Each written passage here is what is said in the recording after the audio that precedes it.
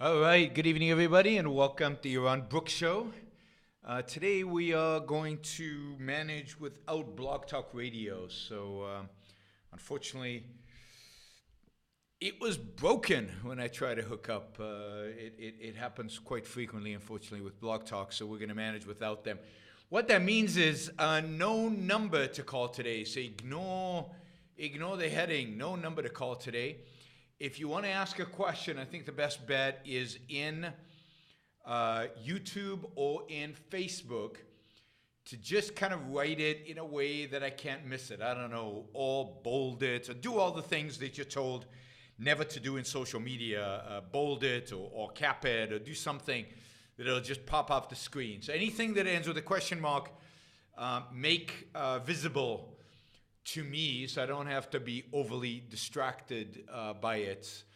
I thought today I'm going to jump through, since the last few shows we've kind of focused on one topic or on a couple of topics and gone a little bit more in depth. Today we're going to bounce around a little bit on different topics off of the news and really play off of the news. After all, this is our news briefing show, so it is supposed to be a little lighter and a bit quicker and a bit more open-ended. So, again, if you want to ask a question about anything, I'll take questions about anything today. Feel free to do so in the chat on either Facebook or YouTube, but just put it all bold or all cap in a way that I can see, in a way that I can observe. All right. Headlines, things that pop up on the headlines. Well, Trump is now offering, as part of an immigration compromise. Now, think about this compromise, right?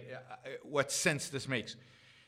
He is going to provide a path for citizenship for 1.8 million dreamers, right? So it's more than 800,000. It's more than 800,000 dreamers that filed under Obama's thing. He's expanding it to include an additional million people. So 1.8 million dreamers are going to get a path for citizenship. In exchange for that, he wants Congress to approve $25 billion that we can flush down the toilet, or in other words, build a wall and improve border security. And for the first time that I've seen, this includes border security on the northern border. He must have been listening to my show where I keep saying the Muslims are not going to invade from Mexico. They're going to invade from Canada, and we need border security. And so he's going to add border security on Canada. So $25 billion, billion with a B, toilet and all kind of border security that we don't need. And then the irony of it, a significant reduction in legal immigration. So he's going to end chain migration, whatever the hell that means, but only immediate family can be brought into the United States. Fine, I have no real objection to that. And then he's going to end the lottery.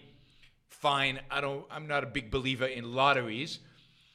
But he's not going to then replace those lost legal immigration positions with more H-1Bs, or more work visas, or more expansion of what is considered skill-based legal immigration, which he has been touting all along. No, they're just going to shrink the number of legal immigrants, take illegal immigrants, in quotes, and give them a path to citizenship and flush down the toilet $25 billion. It's just random hodgepodge, complete pragmatist solution to a problem that doesn't exist, but a way to kind of come out with some kind of victory by building a wall. I don't know how this placed his base, this idea of a path to citizenship. And of course, we've always known that the real agenda of those of Republicans, of some Republicans and Trump supporters, was to curb legal immigration. I always claimed that what they really hated was immigration, period, not just illegal immigration. They get that. They get less immigrants coming to this country. So one good thing, giving why even a path to citizenship? I've claimed just give them a path to legal employment. Why citizenship? So one good thing, which is legalizing the dreamers, I think that's a good thing. One just stupid thing, huge waste and very, very bad symbolically. So really, really, really, really bad thing, which is $25 billion for border security and a wall. And another really, really, really bad thing, which is curbing legal immigration, not expanding job-based immigration. So overall, a horrible proposal from the president, but unfortunately a proposal will probably pass because it gives everybody kind of what they want. It gives Republicans a way out of not seeming mean and nasty to a public that is geared and motivated by altruism, not to care about illegal immigrants, but only to care about illegal immigrants who are children, who came here as children. They're the innocents. The Republicans get to play nice and appease the Democrats. Republicans get a wall, which has been on the agenda. Of course, they don't get a wall. They just get money from a wall. A wall will never actually be built. And, and they cut legal immigration, which is what Republicans and Democrats want. The Bernie Sanders Democrats hate legal immigration. Hate legal immigrations. Bernie Sanders was very, very anti-immigration. Elizabeth Warren. Everybody in the Democratic Party is beholden to the unions, who believes that immigrants steal, in quotes, American jobs, reduce wages, reduce participation in unions. All of those people are anti-legal immigration. So the Democrats love that part of it. But it'll be a grand compromise. And basically, the dreamers are winners and everybody else are losers. I mean, we're winners in a sense that the dreamers is a good thing, but everybody else is a losers. Alexander has a question about this. Why is giving citizenship to dreamers a good thing? Won't they just vote Democrat and take us closer to dictatorship? Yeah, but voting Republican is likely to take us closer to dictatorship. Why do you think the dictatorship is going to come from the left? I don't think it will. I think the left is going to fall apart. I think the left is disintegrated. I think the left is not capable of putting together a dictatorship. I think a dictatorship will come from the right. I think a dictatorship, and indeed a religious dictatorship, is where we're heading long term. I've long said that I fear the left less than the right. I agree with Leonard Peikoff's analysis in the dim hypothesis. At the end of the day, Americans will reject, including immigrants, will reject the radical, complete disintegrated, complete nihilistic nature of the radical left. The radical left is a loser. And Americans are far more likely in the name of the so-called American sense of life to support an authoritarian who wants to resurrect the American dream and make America great again. Now, I don't think it'll be Trump. Trump's too incompetent, and the system is not ready yet for authoritarianism. But I am convinced that we will get socialized medicine under a Republican, and that we will get authoritarianism from the right, not from the left. So, and that's why I always say I'm not of the right and I'm not of the left. I think there's a useful distinction between left and right. We just don't belong to either one of those. But the dreamers are going to vote. Some of the dreamers will vote Democratic. Most of them will vote Democratic. But so do most Jews, so let's kick them out of the country. So do almost all African Americans. Let's stop them from voting. So do most young people. I don't know what you do about them. You kick them out of the country. I don't know what you do with them. People say, oh, they're young, they vote Democratic, then they grow up, they vote Republican. Not true with the last couple of this generation. They're much more left-leaning than previous generations in their voting pattern, and they stay on the left for far longer than past generations. So what do you do with them? So I'm not worried about 1.8 million dreamers swaying the vote Democratic. I'm much more worried about young people coming out of college swaying the vote in a nihilistic direction and ultimately rejecting nihilism in the favor of some kind of authoritarianism. The leftists of today will vote for a right-wing theocrat in the future, just like they did in Weimar Germany. It was the leftists, the upset youth that want to change and was very leftist in the 20s that swung to Hitler Youth in the 1930s. So once you inculcate an anti-reason mentality in young people, left, right, what difference does it make? What they want is to be told what to do. And the left can't tell people what to do because the left has no agenda. The modern left has no agenda. Nothing. Zilch. Nada. They're not even socialists. And I know you guys all think that. I don't think they're socialists. They're mostly nihilists. And Americans, at the end of the day, I still don't think will go with the nihilists. So I'm not afraid. And look, as I said, I don't think they should be given a path to citizenship. I don't think anybody should be given a path to citizenship. I think only second generation should become citizens. First generation should just be legalized to work and to live and to have a life. And should be left alone and should be given legal status. A path to citizenship is an invention of Donald Trump, not my suggestion. If you listen to my show on immigration, my suggestion for an interim immigration plan, if you don't want to go to open immigration tomorrow, it does not involve citizenship. It does not involve voting. But Charles says, I don't think most Americans know what nihilism is. True, they don't know what nihilism is, but so many of them practice it. It's not an issue of knowing what it is. It's an issue of whether one behaves in that way or whether one holds those ideas. And I think more and more in America, people have those ideas.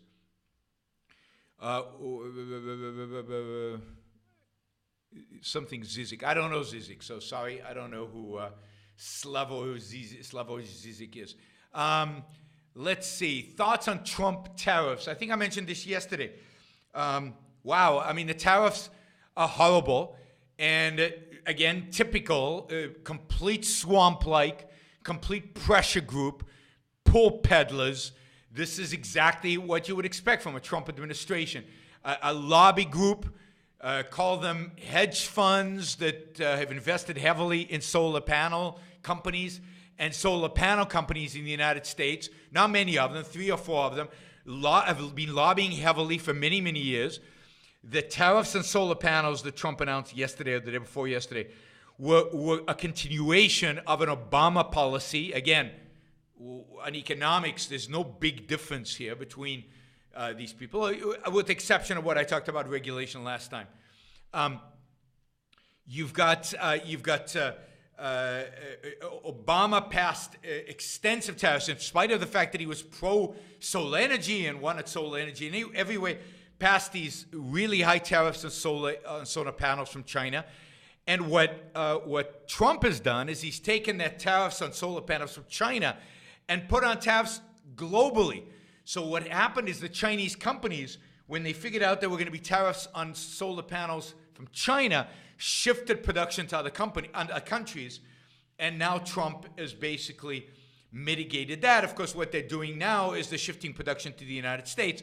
The net impact of the whole thing is higher prices in solar panels, which, are no tragedy because this is not a technology I think is viable. But it means that people are buying them, and it means government is going to have to subsidize it at a greater rate. So it's just bad and stupid policy, and it's really bad symbolically because it's sending the world a message that this administration's serious about a trade war.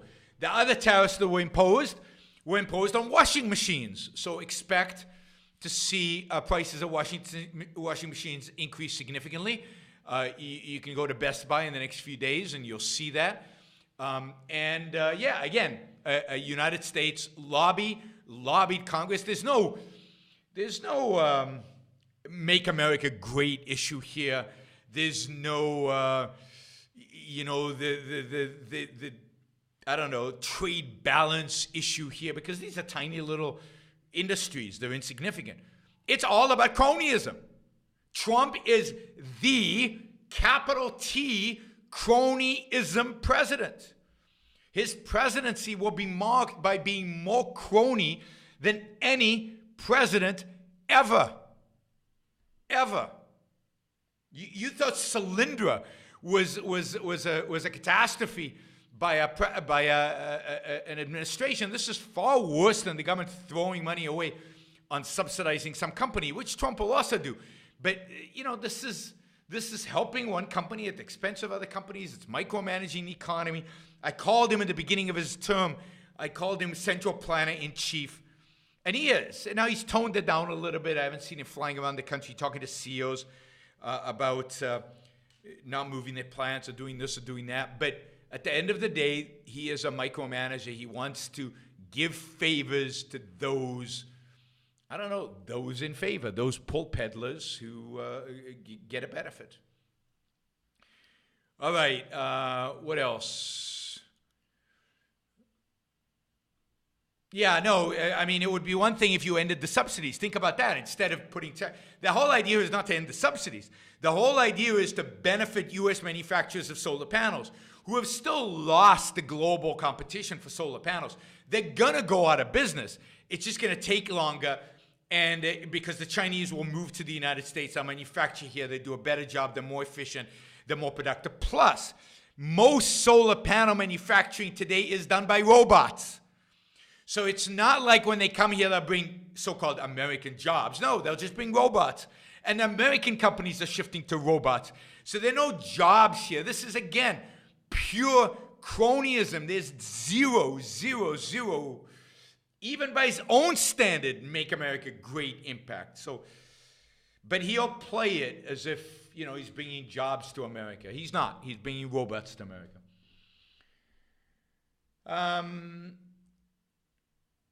Okay, here's what do you think of people running small businesses under the table? No tax, no insurance. All the power to them, but when you get caught or when something happens and you don't have insurance, don't complain. I mean, you're going to suffer the consequences. I think I break the law sometimes, like I speed, and if I get a ticket, I get a ticket. I know the risk that I'm facing. If you don't follow the regulations, if you skirt the regulations, you are going to suffer the consequences of that, and it's sad, it's tragic, but that's the world in which we live. So you have to know the risk that you're taking. I'm in the financial business. We follow the regulations, which are horrible, just awful, to the letter, because I have investors' money, and to the extent that I'm jeopardizing what we're doing, I'm jeopardizing my investors, I'm jeopardizing my business, I'm jeopardizing my future. And the regulations are evil, they're horrible, they hurt the business, but that's the world in which we live. We have to challenge those regulations on the side. Well, I do agree with Peter Schiff that the dollar is about to melt down and we're going to have a deep recession. I have learned, partially by watching Peter Schiff, not to make those kind of predictions, and certainly not to make those kind of predictions with a time frame on them, because Peter's been wrong so many times. And then ultimately he's right, because if you make an argument often enough, then at the end of the day, at some point you might be right. But it's very dangerous to put a time on it. So I remember being on Fox Business in 2007 and 8 and 9 with Peter, where he would constantly predict hyperinflation, the dollar melting down and everything, and it never happened. And I think, pushing into gold, and then later he changed his tune and said, no, we don't want to time it. Long term, this is going to happen, and now he seems to be shifting back. It's very tempting, and people will listen. You see, if I did a show, and it was a doom and gloom show, and I predicted the end of the world in the next 10 days, and I kept shifting, but always made these bombastic predictions, I would get a lot more followers than I have today. I would get a lot more listeners to the show.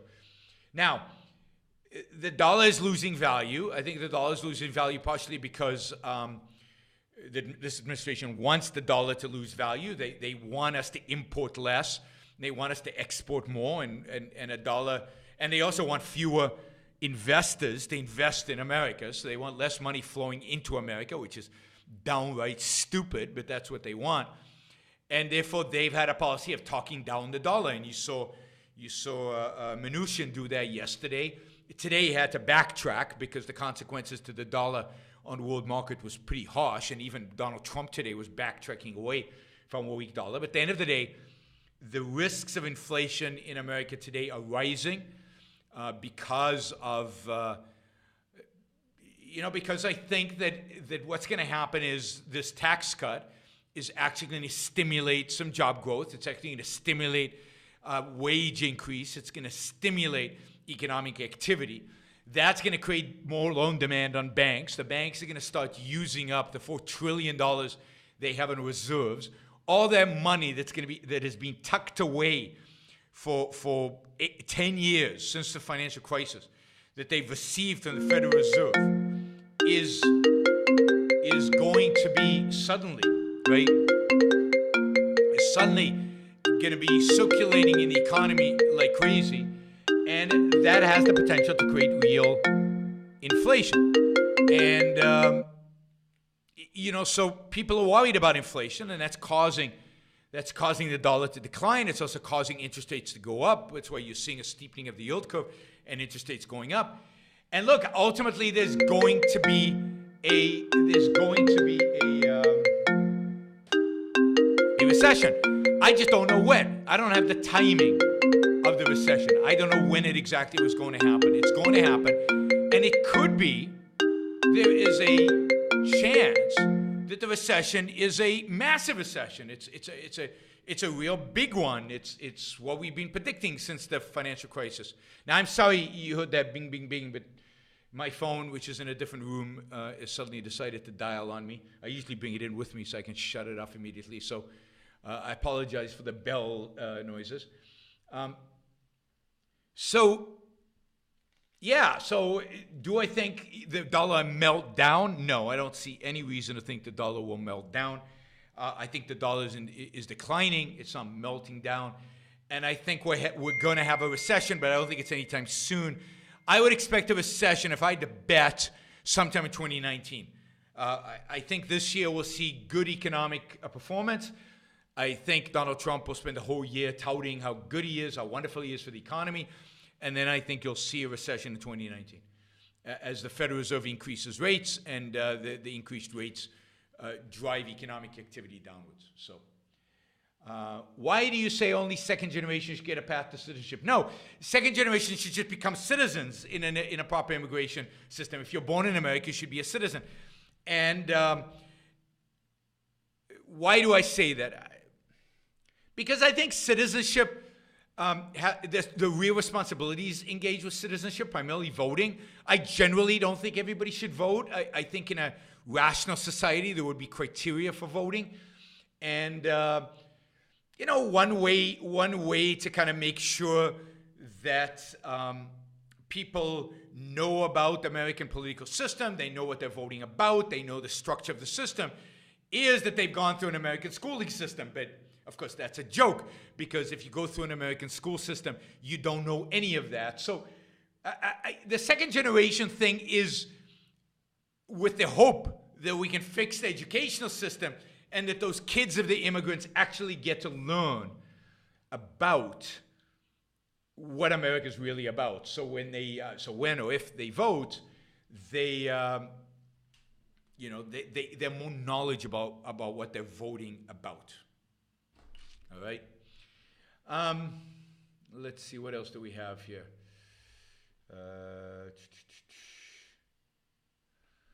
All right. Will the wall be a new corruption seed? I'm not sure what that means. I mean, the wall will be unbelievably corrupt in the sense that it'll be a massive waste of money. All kinds of people will get rich off this wall, whether it's landowners who are going to sell it to the government or lease it to the government or whatever the agreements are, or whether it's contractors who are going to find ways to take advantage of this. And I mean, every time there's a big infrastructure project that the government's in charge of, a lot of people get rich off of, call it corruption, which is what it is to a large extent. So there is a lot of corruption in government programs, and that's what I expect from the wall. I don't expect it to be a smooth process. I don't actually expect it to be built. I don't expect it to be built. Sections of it will be built. It'll have doors in it. It'll have holes in it. I mean, even now, Trump is saying, oh, there'll be natural barriers. We won't build a wall with the natural barriers. I mean, it's not going to be a real wall. It's going to be a joke, which is what the existing wall is and what the wall will be. And, of course, a lot of the money is going to go supposedly to the northern border now for some reason. All right, let's see a few other things off of the news. Let me find the story. I lost the story I wanted to talk about. So let me just do this.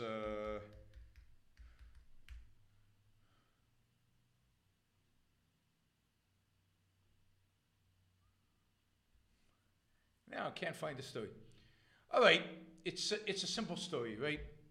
So the regulatory agency in charge of the Federal Home Loan Bank, which is in charge of regulating Freddie Mac and Fannie Mae, has issued its proposals for what should be done with the home financing business. This is 10 years after the Great Recession, 10 years after the housing crisis, 10 years after we went into when Freddie and Fannie and the whole mechanism by which home housing funded in the United States proved to be a complete and utter disaster. It's taken them 10 years to make a proposal about what should replace the existing system.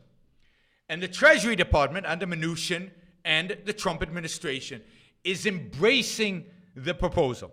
Now, the proposal is not surprising because the guy who runs the Federal Home Loan Bank is a Obama-appointed Democrat.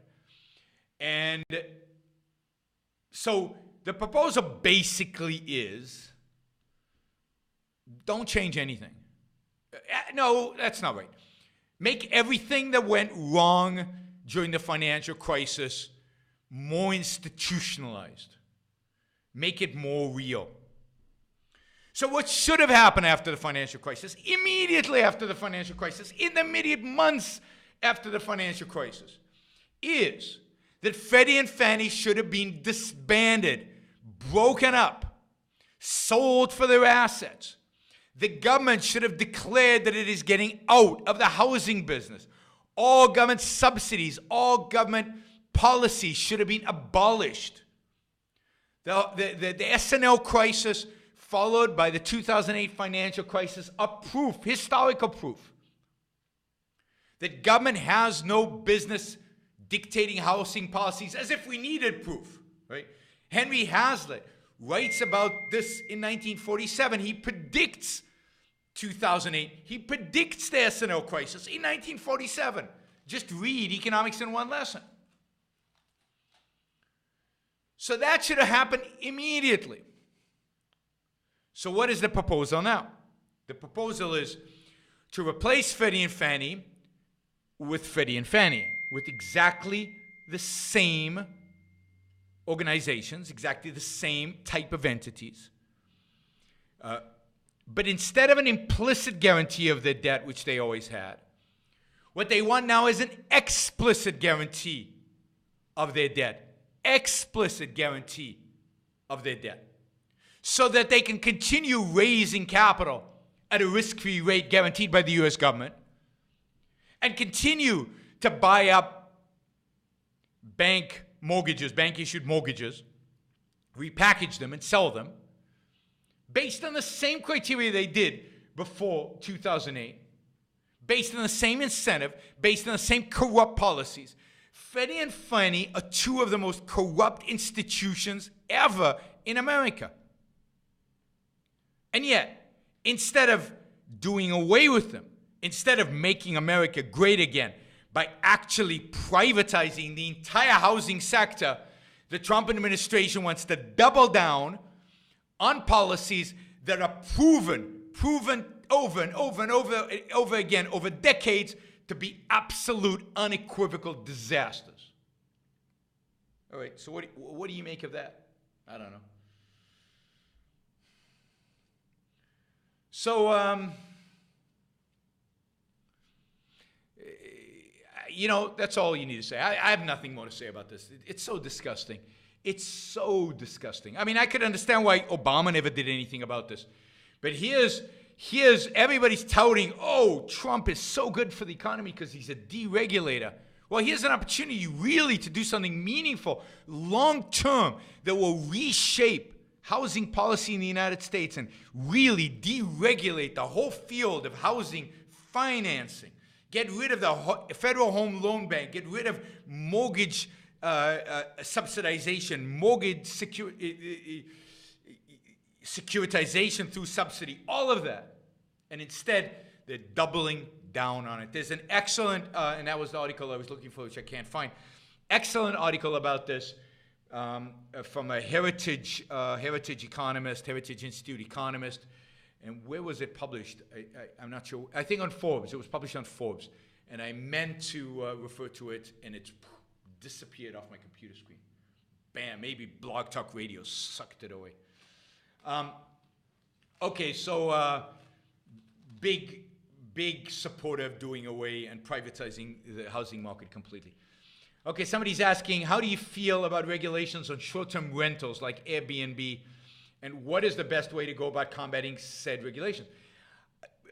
I oppose those regulations. I oppose all regulations. And how do you oppose them? You fight against regulations. We talked about this yesterday. You fight against regulations on principle. You're not going to get very far in changing the world if you go regulation by regulation by regulation. I think it was a call by Schuyler that asked a similar question. How do I fight against a regulation X? And the only way to fight about regulation X at the end of the day, if you really want to change the world, is to fight against regulations as such. And for example, here, the solution is not, so one of the problems is that hotels are regulated. So hotels are saying, wait a minute, we're at a disadvantage, just like with taxis. Taxis are saying, hey, we're at a disadvantage. We're regulated, but Uber's not. Hotels are saying, we're regulated, but Airbnb is not. The solution to that Airbnb, that Uber, and that all of us should be advocating for is, yeah, stop regulating hotels. Yeah, stop regulating taxis.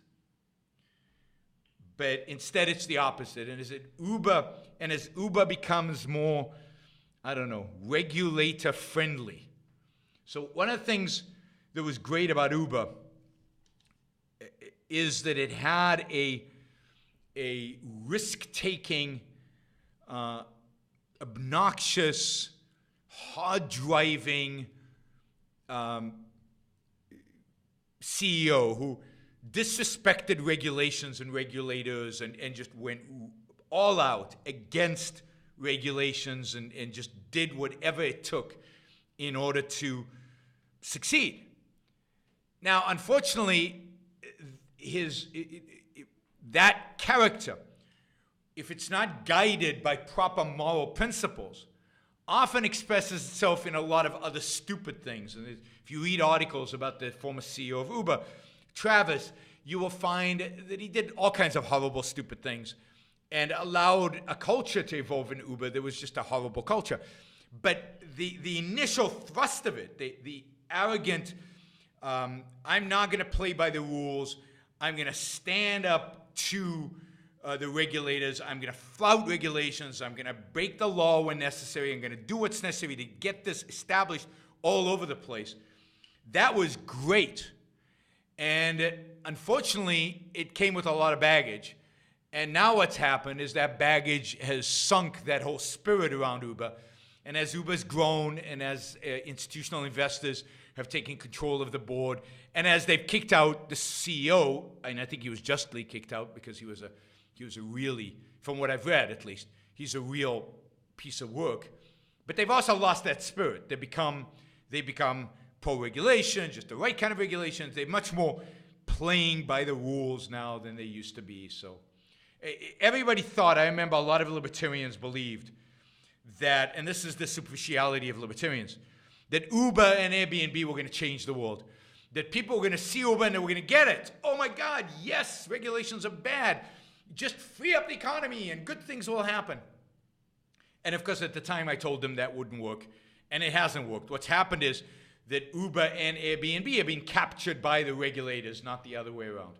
And if anything, more and more consumers of these products are saying, ooh, yeah, Uber really should be regulated. And drivers are saying, yeah, we should be regulated. Our wages are too low. And what's happened is they get co-opted by, to use a Trump term, by the swamp, right? Just like Trump got co-opted completely, although he was always part of the swamp. He didn't get co-opted. So are Uber and Airbnb completely co-opted by the regulatory regime. Okay, I got a question here, a controversial question. All right.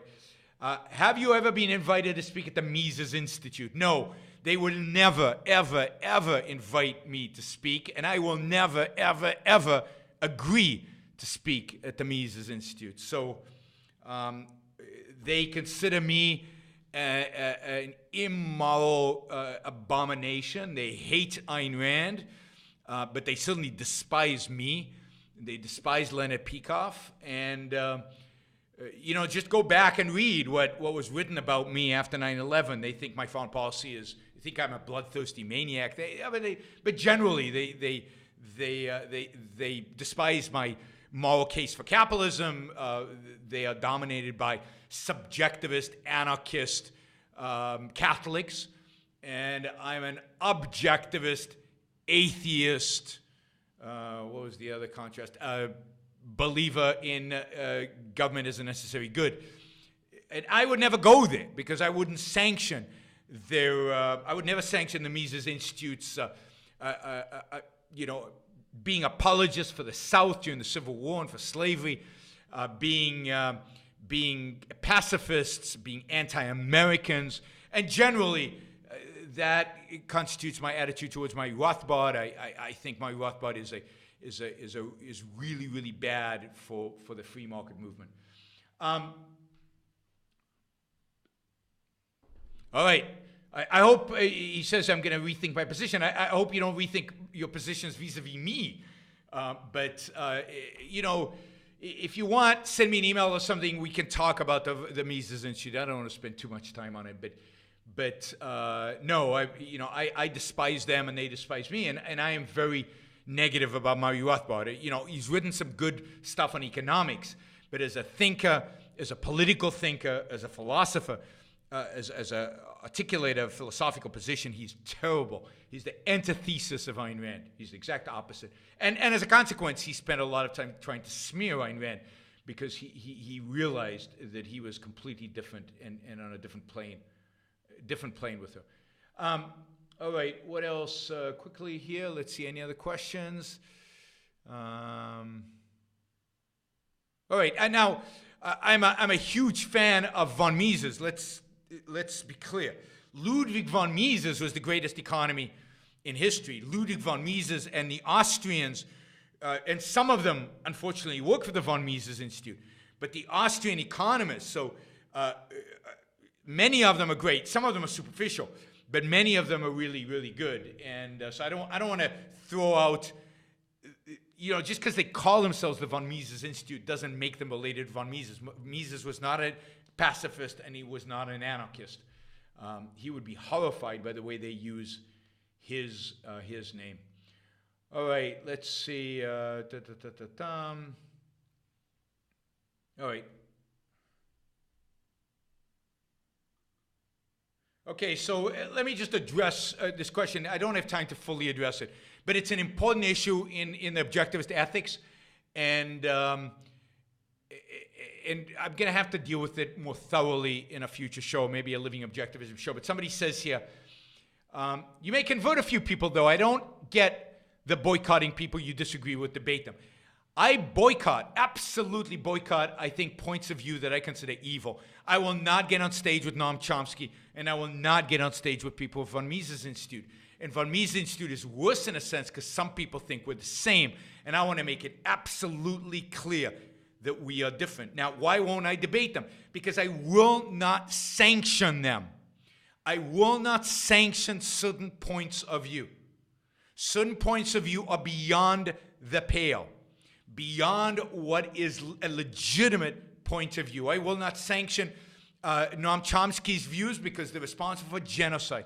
I will not sanction the von Mises Institute views, because in my view, they're responsible for the destruction of the free market movement and the potential failure of all our efforts to bring freedom to the world.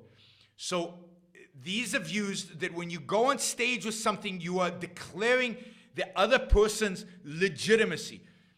I'm willing to debate Christians, most Christians. I'm willing to debate most leftists within a band of what I consider reasonable. Outside of what's reasonable, I will not debate them. I don't need them. I don't need them. And by sanctioning them, I do more damage to my cause and I do more damage to my ethics than anything else possible. Anything else possible, right? I mean, you're giving an example of Channel 4. Of course I go on Channel 4 and debate them. Of course I do that all the time. But that's not the same. It's not the same. Right? So, and of course the lobster thing is stupid. Sorry. They mentioned the lobsters, the Jordan Peterson example of lobsters. It's really a bad example. I mean, a lot of what Jordan Peterson said in the interview I find offensive and wrong, and I would love to argue with him about, but the way the interviewer treated him was just unbelievably horrible. So let me just backtrack. The whole issue of sanction, we're going to have to talk about. There's a lot to talk about. Maybe I'll have Onkar Gate on to talk about it, because it's a tricky philosophical issue, but really, really important. Okay, we're going to do this last question, and then we're going to call it quick. So we're about at 40 minutes anyway. All right. Can you tell something about the difference between Chicago and Austrian School of Economics? Again, that's a big question. But let me say a few things. The Chicago School of Economics is basically a continuation of the neoclassical traditional school of economics. Chicago economics is not radical economics, not in methodology, not in its approach. It ultimately comes to the conclusion of free markets, but not completely, because it's based on some false premises. So Milton Friedman, for many, many years, advocated for Federal Reserve. And, I mean, it was a huge argument between him and Ludwig von Mises, a huge falling out between them. Chicago is still based on mathematics and based on equilibrium theory, the idea that the economy reaches equilibrium and you analyze that equilibrium position. And it has some great economists, and some of the best thinkers about economics are Chicago trained. I'm a huge admirer of the school, even though I disagree with them, because I think they're very, very scientific, they're very objective, and I think they have some important insights which the Austrians do not have. For example, the Chicago School of Economics has a deep understanding of finance. I think Austrian economics has very little understanding of finance. Then if you look at the Austrian School of Economics, it comes from a completely different tradition, a non-mathematical tradition, a tradition that rejects the idea of equilibrium analysis, founded and grounded on the work of Menger, who was the first Austrian economist, and on a whole different methodology of looking at the world inductively and understanding economics inductively at the micro level, at the level of human behavior. And this is why they're not mathematical, because you can't model human behavior mathematically. What you have to do, to model stuff mathematically is abstract away all the stuff that's interesting about human beings. Free will, reason, them changing their minds. So Austrian economics doesn't use math for its analysis, or rarely uses math for its analysis. And it is much more interested in the dynamism of markets and how markets function in a dynamic setting, and how change happens, and how entrepreneurial activity, for example, moves the markets, creates economic activity. They're less interested on the macro level, although they have important things to say at the macro level. They have a theory of a business cycle that's proved to be very, very insightful. I think if you properly understand it, unfortunately, most Austrian economists don't properly understand the Austrian business cycle. So there are big differences between the two, even though they are both basically free market oriented. They basically believe that markets left alone produce the best results, both for the individual and for the group. So there's a lot more you can say about a bunch of these topics. All right, we're gonna break it here. We've been all over the place. Thanks for your patience. Tomorrow I'm gonna do a show. I don't usually do them on Fridays, but I'm gonna do one tomorrow. It's gonna be. I'm gonna talk about conspiracy theories and George Soros. I hear a lot about George Soros, all kinds of conspiracies about George Soros. I want to talk about George Soros, good guy, bad guy, is evil, as some people claim, or not. What is this guy about? How did he become so rich? Is he the devil who's trying to control the world? And why, more importantly, behind all this, why are conspiracy theories so prevalent today? Why everywhere you turn is there conspiracy theory? Really, I'd say the last 10 years, maybe even since 9/11, the Western world has been ripe with conspiracy theories. There used to be lots of conspiracy theories, but most of them used to be in the Islamic world, in the more primitive parts of the world. But conspiracy theories have come into the West and have really planted themselves here, and I think it's really interesting, at least to talk about in generally, what it is about conspiracy theories that makes them so prevalent today, and then what my opinion is of George Soros. And we'll see what else comes up tomorrow. All right, thanks everybody for listening. I hope you enjoyed the show. If you did enjoy the show, don't forget to go to Patreon and make a small or large contribution towards running the show, towards making the show possible and expanding and growing the show in the future. Also, don't forget to subscribe to the YouTube channel. I think we were like 6 short of 5,000 subscribers when we started the show. So hopefully some of you will get off YouTube right now and go subscribe to my channel and get me to 5,000. I'd appreciate that. All right, thanks everybody, and I'll talk to you all tomorrow.